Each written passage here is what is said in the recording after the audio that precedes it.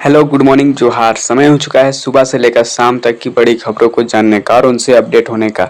यदि आप हमारे चैनल को सब्सक्राइब नहीं किए हैं तो सब्सक्राइब कर लें ताकि झारखंड की हर एक छोटी बड़ी खबर आप तक पहुंचती रहे। और एक ये नया चैनल है, इसको सब्सक्राइब करना ना भूलें।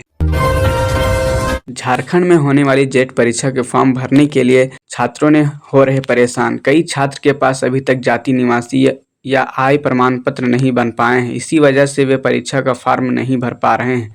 अब छात्र मांग कर रहे हैं कि सरकार आवेदन की तारीख बढ़ा दे ताकि सभी को मौका मिल सके। कुछ जिलों में सरकारी दफ्तरों में प्रमाण पत्र बनाने में देर हो रही है, जिससे छात्रों की मुश्किलें बढ़ गई है। अभिभावकों और साथ छात्र संगठनों ने भी आयोग से निवेदन किया है कि कुछ दिन और समय बढ़ा दिया जाए।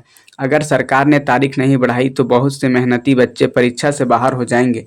इसलिए छात्र उम्मीद कर रहे हैं कि जल्दी सरकार कोई राहत भरा फैसला लेगी।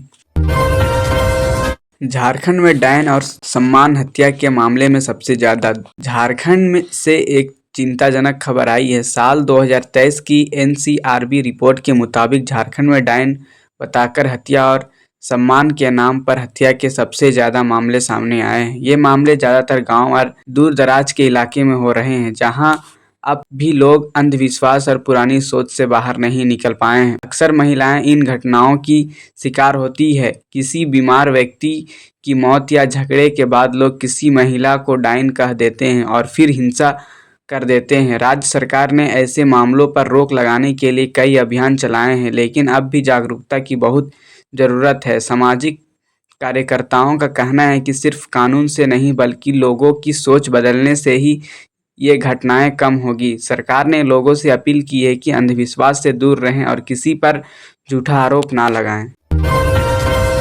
झारखंड में कला उत्सव 2025-26 का आयोजन हुआ। झारखंड एजुकेशन प्रोजेक्ट काउंसिल ने कला उत्सव 2025-26 का आयोजन किया। इस कार्यक्रम में पूरे राज्य में 300 से ज़्यादा बच्चों ने हिस्सा लिया। बच्चों ने नाच, गाना, पेंटिंग, नाटक और दूसरी कलाओं में अपनी प्रतिभा दिखाई। कार्यक्रम का मकसद था बच्चों की आत्मविश्वास बढ़ाना और उन्हें अपनी संस्कृति से जोड़ना। इस बार कई सरकारी और निजी स्कूलों के बच्चों शामिल हुए। शिक्षकों ने कहा है कि इससे छात्रों को आगे बढ़ाने का मंच मिला है और वे अपनी रचनात्मक सोच दिखा पाएं। राज्य सरकार ने कहा है कि आने वाले समय में इस तरह के कार्यक्रम हर जिले में होंगे ताकि गांव के बच्चे भी हिस्सा ले सके। कला उत्सव यह साबित करता है कि बच्चों की शिक्षा सिर्फ किताबें तक सीमित नहीं है, कला भी सीखने का एक बड़ा तरीका है। औद्योगिक पर्यटन की ओर झारखंड की पहल। झारखंड सरकार अब औद्योगिक पर्यटन को बढ़ावा दे रही है, साथ ही माइनिंग पर्यटन को भी।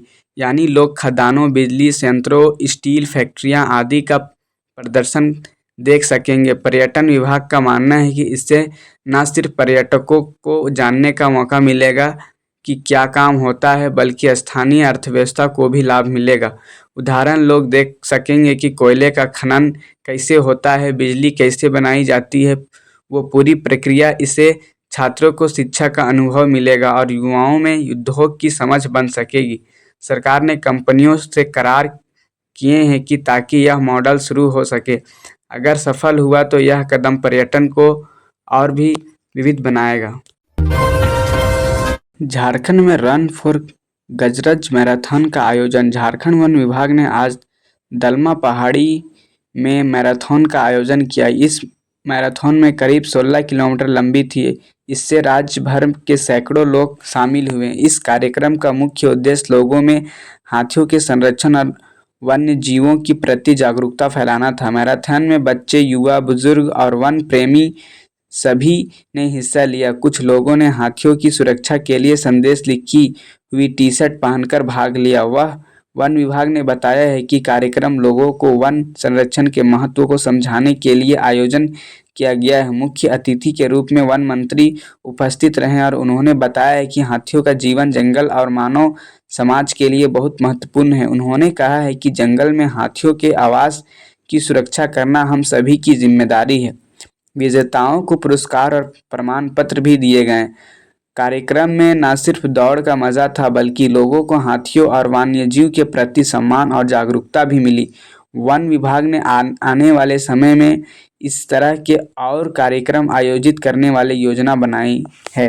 यह मैराथन दिखाती है कि अगर सभी मिलकर कोशिश करें तो हम वन्य जीव की सुरक्षा और पर्यावरण संरक्षण में बड़ा योगदान दे सकते हैं। लातेहार में नवजात हाथी के बिछड़े का 100 मिला। आज सुबह लातेहार जिले के जंगल में वन कर्मचारियों ने एक नवजात हाथी के बिछड़े का 100 मिला। शुरुआती जांच में पता चला है कि बिछड़े की मौत प्राकृतिक कारणों से हुई। वन विभाग ने 100 को कब्जे में लेकर पोस्टमार्टम लिए भेज दिया।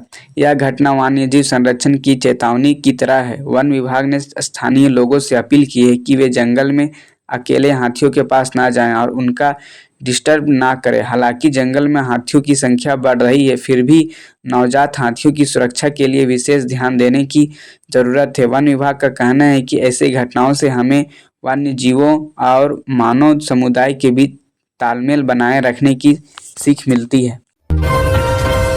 खुट्टी में 7 वर्षीय बच्चों को बच्चों के आश्रय गृह में भेजा गया।